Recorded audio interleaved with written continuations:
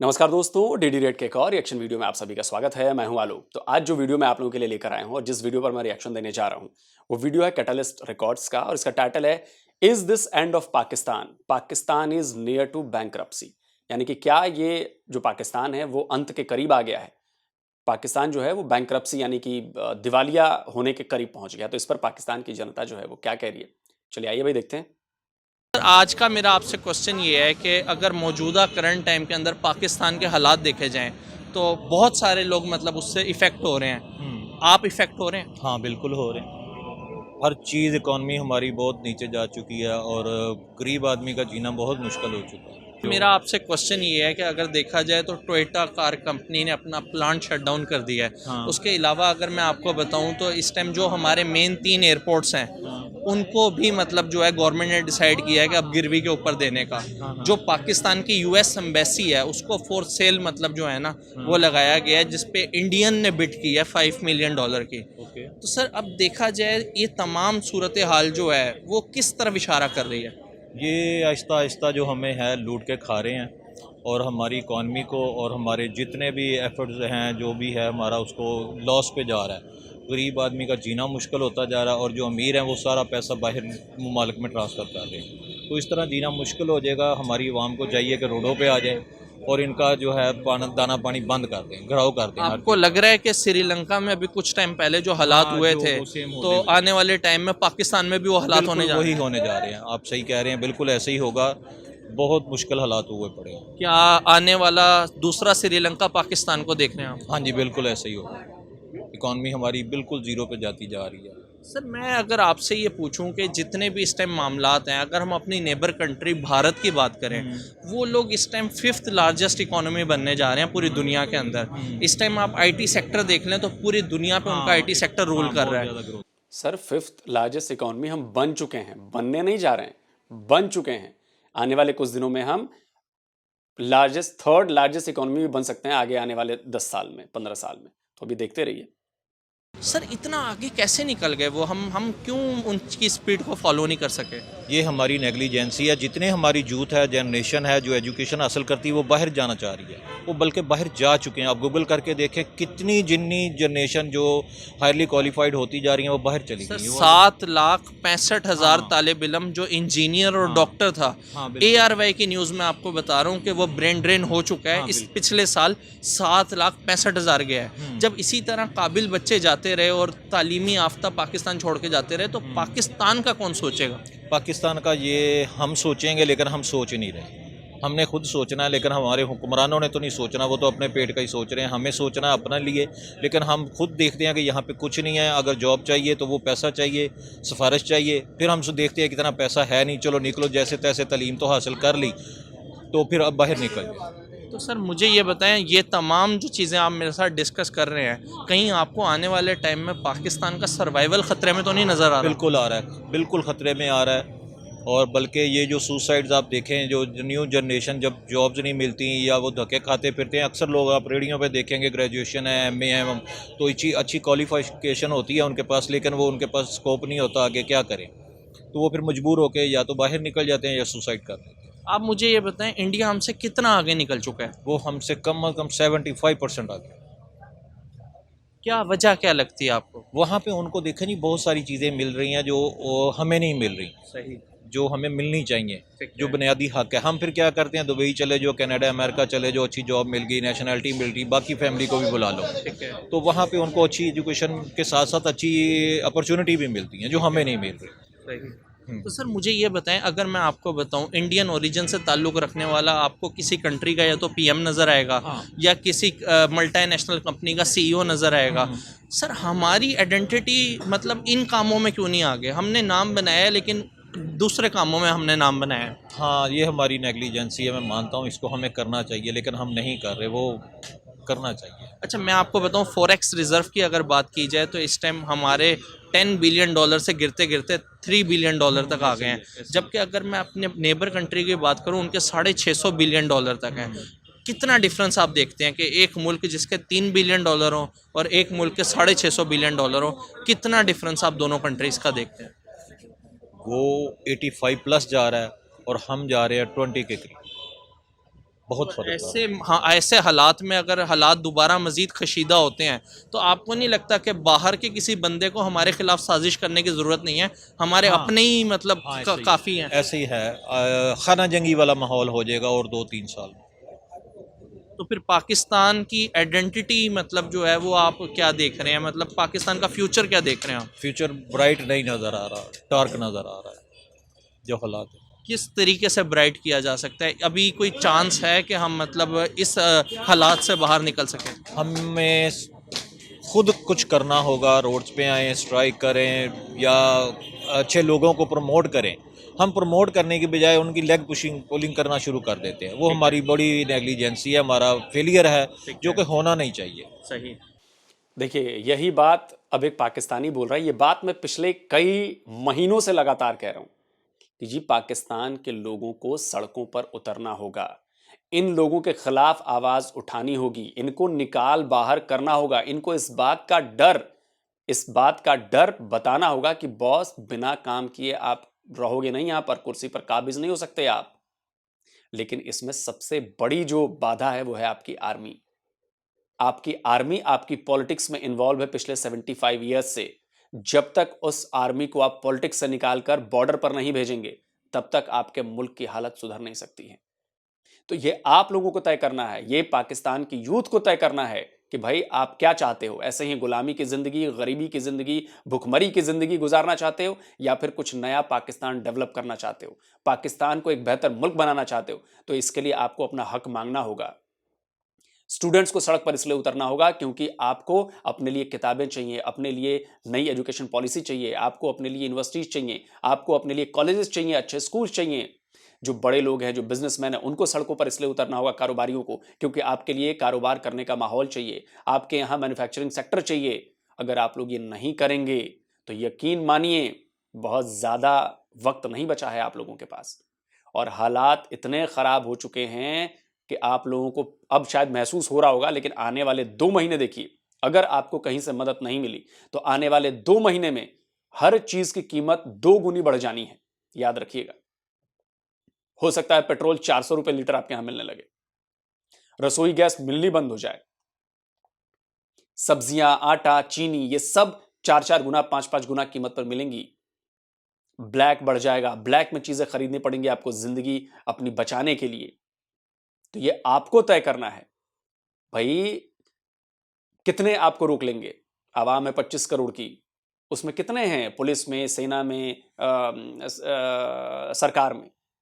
1 करोड़ होंगे, फिर भी 24 करोड़ हो आप लोग। सोचो इस बात को, अगर आपने कंट्रोल अपने हाथ में नहीं लिया तो भाई बहुत मुश्किल है, बहुत मुश्किल है। आपको अपने हक की लड़ाई खुद लड़नी पड़ेगी। कोई लास्ट मैसेज सर दे दें अपने बिहाफ के ऊपर?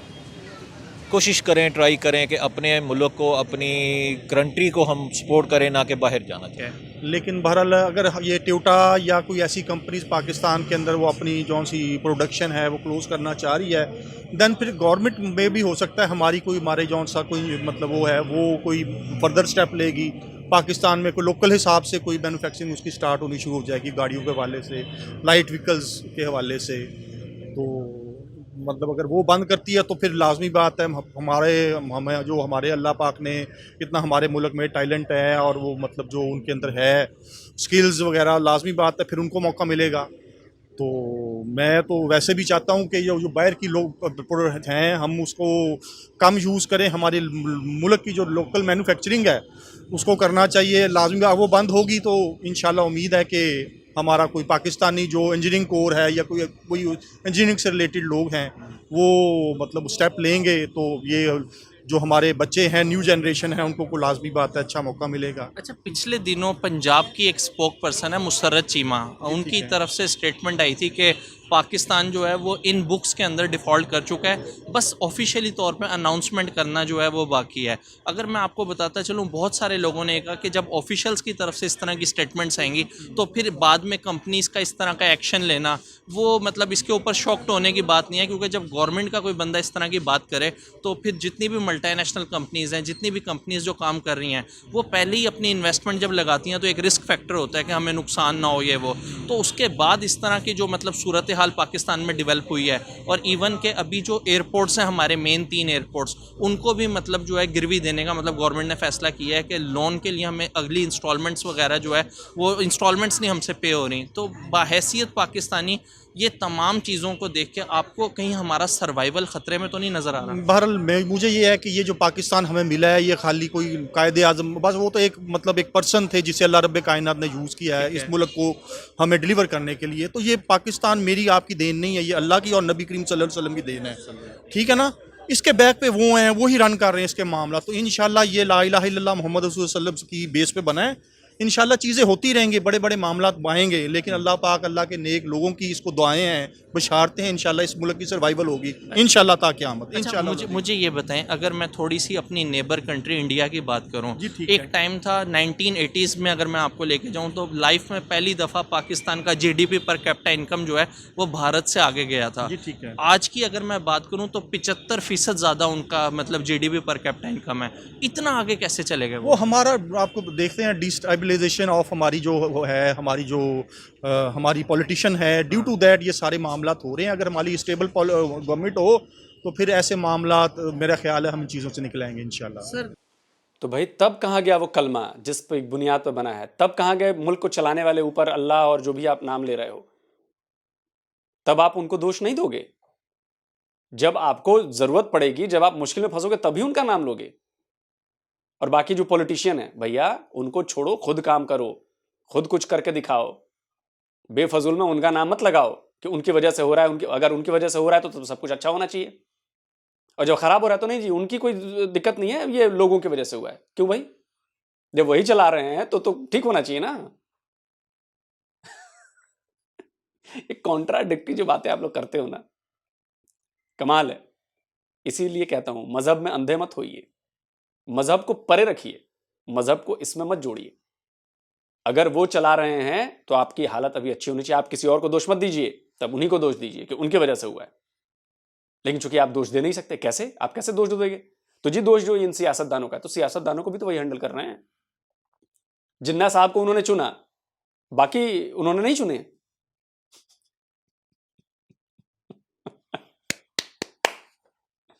देखें, अब श्रीलंका के जो हालात हुए हैं उसको आपने भी बड़े कीनली ऑब्जर्व किया होगा, मीडिया के ऊपर भी दिखाया गया है। इस टाइम इन्फ्लेशन में पाकिस्तान दुनिया के दूसरे नंबर के ऊपर जा रहा है, और कहा यह जा रहा है कि अगर इन तमाम चीज़ों को हम टाइमली नहीं मतलब सेटल डाउन करते तो आने वाला श्रीलंका पाकिस्तान दूसरा बनने जा रहा है। अल्लाह पाक करम फरमाएगा इंशाल्लाह, लेकिन हमें वैसे फ़िक्र करनी चाहिए। आप जो बात करें ठीक बात कर रहे हैं, हमें फ़िक्र करनी चाहिए। और हमारी गवर्नमेंट को सबसे पहले उनको कोई मतलब थोड़ा सा सोचना चाहिए कि इमरान खान और ये दूसरे क्या नाम है नून लीग वाले शहबाज शरीफ वगैरह, इनके आपस के झगड़े के अंदर मतलब हमारी 30 करोड़ आवाम जौन सी है वो सफ़र कर रही है। झगड़ा करे जो मर्जी करें, लेकिन कम से कम हमें इतना सफ़र ना करवाएं यार, ये ज़्यादती है। करंट टाइम के अंदर एक अच्छी इनकम वाला पर्सन है पाकिस्तान में, हाँ। उसकी इनकम के साथ आपको लगता है वो अपने एक्सपेंस मैनेज कर पा नहीं रहा है? नहीं नहीं मैनेज कर रहा है बहुत ज़्यादा। मैं लोगों को देख रहा हूँ, बहुत ज़्यादा वाइट कॉलर लोगों को मैं देख रहा हूँ, मतलब लोग मतलब मांग के गुजारा कर रहे हैं। वैसे मामला हुए हैं, मतलब हमारे जौन से ना फाइनेंशियली बहुत टाइट हुए हैं हम लोग, सही नहीं जा रहे हमारे मामला। लोगों को मैं मांगता देख रहा हूँ, मतलब तंग हैं लोग। पाकिस्तान मतलब मुशत की वजह से क्या मामला हैं, मतलब लोग अच्छी तरह वो अपनी गुजर बसर नहीं कर रहे। Last but not the least आखिरी सवाल आपसे करूंगा, फ्यूचर क्या देख रहे हैं पाकिस्तान का? फ्यूचर प्रिडिक्ट करना मैं प्रिडिक्ट नहीं कर सकता, ये तो अल्लाह रब्बे कायनात है। अल्लाह रब्बे कायनात ने फरमाया कि मतलब मैं इंसान के उम्मीद के साथ हूँ जैसे मुझसे उम्मीद करता है। बहरहाल मुझे उम्मीद है कि इंशाल्लाह बेहतर होगा। अल्लाह कायनात पाकिस्तान का, मुसलमानों का, सारे मुस्लिम उम्मत का हामी और नासिर हो। तो इंशाल्लाह ये मामला आते हैं लेकिन ठीक हो जाते हैं, इंशाल्लाह ठीक हो जाएंगे, खुश गुमान रहे इंशाल्लाह। My good name is Zubair Ahmad Qureshi. क्या करते हैं सर आप? मैं PIA से रिटायर हूँ। अच्छा, आप PIA से रिटायर्ड हैं। अगर मैं सर आपको मौजूदा करंट टाइम की बात बताऊं तो आपको क्या लग रहा है अभी लाइफस्टाइल कैसा जा रहा है आपका पाकिस्तान के अंदर? पाकिस्तान में जो लाइफस्टाइल है वो बहुत ही मुश्किल, लोगों की हालात बहुत मुश्किल हुए हैं। इधर देखना, पाकिस्तान के हालात बहुत मुश्किल हुए हैं, हर आदमी परेशान है। लिहाजा हम ये चाहते हैं कि हमारा जो भी आए, हमें किसी से कोई गर्ज नहीं है। हम चाहते हैं कि हमारा रोज़गार जो है ना वो जो हमारी ज़रूरत ज़िंदगी है वो आसान हो। ठीक है। जिसमें पेट्रोल आता है, जिसमें घर का जो सारा बजट आता है, जिसमें हम ये समझो कि बिजली का बिल है, वो कह रहे हैं जी अब इसका यूनिट बढ़ा देंगे, तो ये बातें गलत हैं, जो सीधी सी बात है। अच्छा सर, मुझे ये बताएं कि अगर हम अपना कंपैरिजन अपनी नेबर कंट्री इंडिया के साथ करें, वो लोग इतना तेज़ी से ग्रो किस तरह कर गए हैं? वो लोग इसलिए अपना ग्रो कर गए हैं कि उनकी जो गवर्नमेंट है उन्होंने वहाँ बाहर के मुल्कों से, जापान से इतनी इंडस्ट्री मंगा ली है कि वो अपनी हर चीज़ खुद पैदा कर रहे हैं। अब ये पाकिस्तान के अंदर ये चीज़ हो नहीं रही, नहीं बात समझते हैं, इसलिए उन्होंने जनाब जी अपने आप को ग्रोथ कर लिया, अपना तरक्की कर रहे हैं। लेकिन फिर भी अल्लाह की ज़ात है, लेकिन बात यह है कि वो लोग आगे नहीं बढ़ सकते चाहे कुछ भी हो जाए, क्योंकि पाकिस्तान का मुकाबला नहीं कर सकते, ये मैं आपको कहूँगा। सर मैं आपको एक बात कहूँ, अभी रिसेंटली जो कार्स कंपनीज इसी भुलावे में रहिए सर। आप तो सरकारी अफसर पीआईए से रिटायर हुए हैं, उसके बाद भी आप अगर ऐसी बात कर रहे हैं कि वो आगे नहीं बढ़ सकते। अरे सर, आप अपनी इकॉनमी देख लीजिए, आपका मुल्क जो है वो टॉप 100 में है कहीं पे। हम दुनिया की 5वीं सबसे बड़ी इकॉनमी हैं। आपके मुल्क को टेररिस्तान कहा जाता है पाकिस्तान के बजाय। अपने पासपोर्ट की रैंकिंग देखी है आपने? दुनिया की रैंकिंग में, जो पासपोर्ट की रैंकिंग होती है उसमें चौथा सबसे खराब पासपोर्ट आपका है। इससे आपके देश की और आपके लोगों की औकात पता चलती है दुनिया में। बाकी आप कहते रहिए, हमारी रैंकिंग बहुत ज़्यादा अच्छी नहीं है, शायद 88 या 85 के अराउंड या 82 के अराउंड होगी, लेकिन तब भी आपसे बहुत ज़्यादा बेहतर है।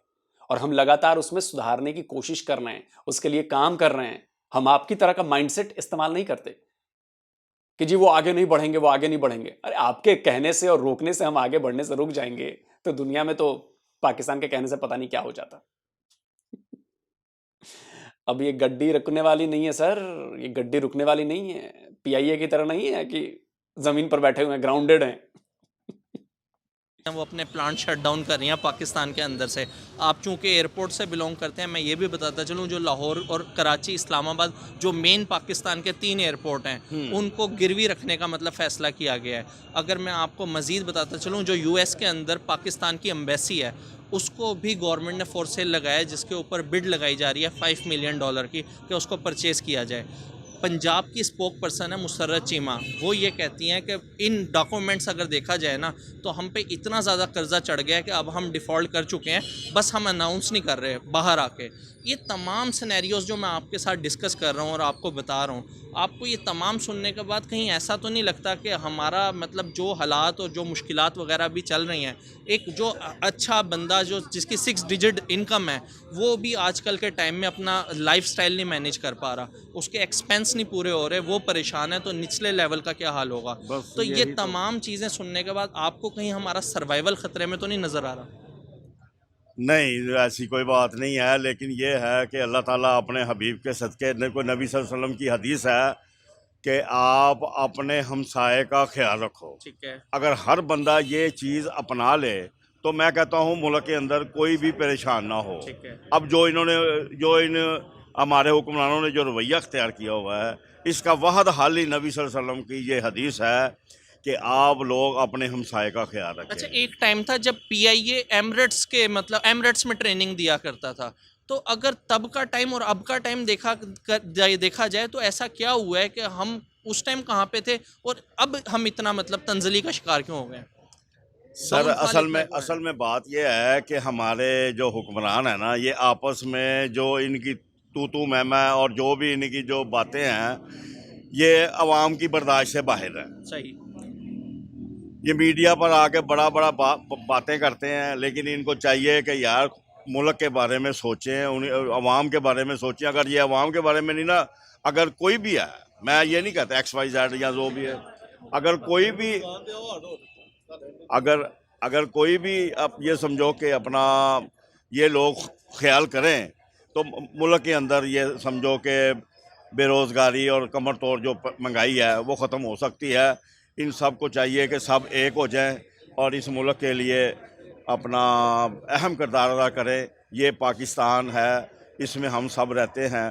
अगर हम आपस में लड़ेंगे तो दूसरा जो है ना वो हमारे ऊपर अटैक करेगा, तो फिर ये बात गलत है। सर कहा यह जाता है 75 साल में तो आज तक हमें कोई ऐसा लीडर क्यों नहीं मिला, और अब आने वाले टाइम में अगर देखा जाए और करंट टाइम के अंदर भी हम इतने मुश्किलात के बाद भी एक प्लेटफॉर्म पे इकट्ठे होने को तैयार नहीं है। सर देखें, मेरी बात सुने। आप चूँकि मीडिया से बिलोंग करते हैं, आपने तो एक मतलब ये है कि आपने जो भी बातें मुझसे पूछी हैं, मैं इसका यही हल बता रहा हूँ कि अल्लाह ताला अपने हबीब के सदक़े इस मुल्क के हाल पे रहम करे और इन हमारे हुक्मरानों को अल्लाह ताला नेकी की हदायत दे। लोग बड़े परेशान हैं और ये समझो कि उनकी उनकी परेशानी बहुत ज़्यादा बढ़ गई। सर यही इसीलिए कहा जा रहा है कि जितनी आवाम इस टाइम परेशान हो गई है तो कहीं श्रीलंका की तरह ये सारी आवाम बाहर तो नहीं निकल आएगी एक दफ़ा। नहीं नहीं, ऐसी कोई बात नहीं है। अल्लाह की ज़ात है। हम ये समझो कि अल्लाह की ज़ात अभी बाकी है। और नबी सल्लल्लाहु अलैहि वसल्लम की जो हदीसें हैं वो फिर मैं जिक्र करने लगा हूँ। अगर हर बंदा, ये मैं आपको स्ट्रिक्टली कह रहा हूँ और भी ये समझो बड़ी तकीद से कह रहा हूँ कि अपने हमसाये का ख्याल रखें और इसको ज़रूर आप मीडिया के अंदर लेके आएं। चलिए वीडियो ख़त्म हो गया। आपने कहा कि हमसाये का ख्याल रखें, हम भी तो आपके हमसाये हैं। तो आप हमारे खिलाफ टेररिस्ट भेजते हो, आप हमारे खिलाफ बुरी सोच रखते हो, आप हमारे खिलाफ अटैक करते हो, 4 बार अटैक किया आपने, तो उसकी सज़ा मिलेगी ना हदीस के मुताबिक। आपने अपने हमसाये को परेशान करने में कोई कसर तो छोड़ी नहीं है। बात समझ में आई? या सिर्फ अपने फायदे के लिए आप इस्तेमाल करोगे? दूसरी बात कि मुझे तो लग रहा है कि आप पीआईए से रिटायर हो गए ना, आप भी सिफारिशी नौकरी मिली होगी आपको, आप काबिल नहीं थे। आपकी बातों से लग रहा है कि आप में काबिलियत नहीं है। आप मजहबी आदमी हो, आप प्रैक्टिकल बातें नहीं करते। अगर मजहब से रोजी रोटी चल जाती तो दुनिया में कोई काम करने की जरूरत ही नहीं पड़ती। और जब तक आप खुद नहीं करोगे ना, ऊपर वाला भी आपकी मदद नहीं करने वाला बॉस। और मुझे याद है कि पीआईए में फेक पायलट्स का कितना आया था। तो जब आपने अपने भाई भतीजों को भरोगे फर्जीवाड़ा करके, याद है ना फेक पायलट्स? कितने देशों ने तो पाकिस्तान के पायलट्स को विमान उड़ाने पर रोक लगा दी थी। आपके यहां भी रोक लगी, याद है ना? तो आप भी उसी तरफ फर्जी, मुझे लग रहा है फेक नौकरी पाई होगी आपने भाई भतीजों। दूसरे जो काबिल होंगे उनको नौकरी नहीं मिली होगी, करप्शन करके, घूस लेकर, रिश्वत लेकर नौकरी दी होगी। और आपकी बातों से लग रहा है कि आप बिल्कुल प्रोफेशनल नहीं हो, आप प्रैक्टिकल बातें नहीं करते हो, आप हर बात को मजहब से जोड़ रहे हो, हर बात को मजहब से जोड़ रहे हो। यही दिक्कत है आप लोगों में, सबसे बड़ी दिक्कत यही है। खुद कुछ नहीं करेंगे जी, ऊपर वाला करेगा। ये प्रॉब्लम हो रही है, ऊपर वाले की वजह से हो रही है। ये प्रॉब्लम होगी, वो ठीक कर देगा। अरे आप क्या करोगे? आप क्या करोगे? तो ये फर्जी मजहबी दिखावा बंद कीजिए और कुछ करिए, ग्राउंड पे उतरिए, कुछ करिए। और रही बात आपके देश की हालत की, तो यकीन मानिए कि बदतर हो चुकी है और भी बुरी हालत होने वाली। और श्रीलंका में तो कुछ नहीं हुआ जो आपके यहां होगा, क्योंकि श्रीलंका की आवाम समझदार थी, वो फौरन सड़कों पर उतर गई, उसने होल्ला हंगामा मचाना शुरू कर दिया। आप में तो ये भी शऊर नहीं है। आपको ये बात पता है कब समझ में आएगी? जब सब कुछ लुट चुका होगा, तब लगेगा अरे ये क्या हो गया मेरे साथ। तो सोते रहिए और इंडिया से कंपैरिजन करना आप लोग बंद कर दीजिए। मैं बता रहा हूं ना, इंडिया से कंपैरिजन करने बंद कीजिए।